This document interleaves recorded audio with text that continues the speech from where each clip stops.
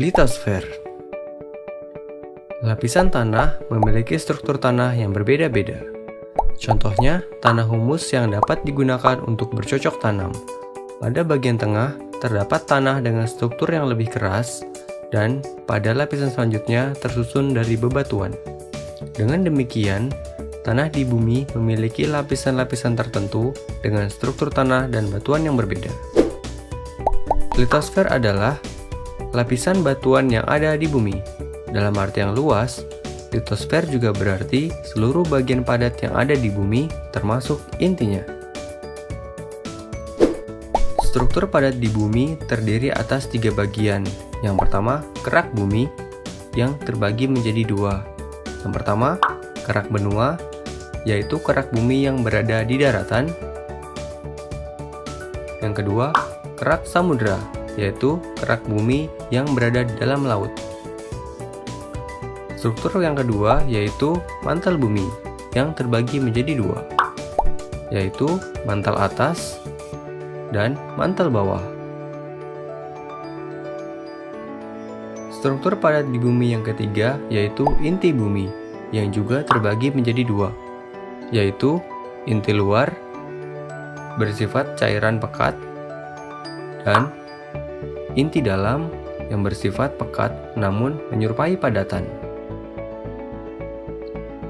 Berdasarkan struktur bumi, ada 2 teori mendasar yang perlu dipelajari. Yang pertama, teori tektonik lempeng, dan yang kedua, teori gempa bumi dan gunung berapi. Yang pertama, teori tektonik lempeng. Berdasarkan teori ini, kerak bumi dan bagian atas dari mantel bumi terbagi menjadi beberapa bagian. Bagian ini disebut lempeng. Lempeng bersifat plastis dan dapat bergerak di lapisan ini. Ketika lempeng bergerak, akan terjadi interaksi saling menjauh dan memisah. Selain itu, lempeng juga bisa saling mendekat hingga terjadi tubrukan. Apabila 2 lempeng saling menjauh, lempeng tersebut bersifat divergen. Divergen ini akan mengakibatkan peristiwa patahan atau retakan. Ketika 2 lempeng saling mendekat, maka pergerakan tersebut disebut konvergen.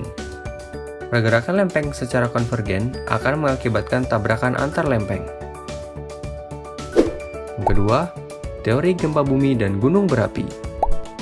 Gempa bumi adalah energi yang terjadi di permukaan bumi akibat pergerakan lempeng. Semakin besar energi yang dilepaskan, maka getarannya akan semakin besar dan kerusakan semakin parah.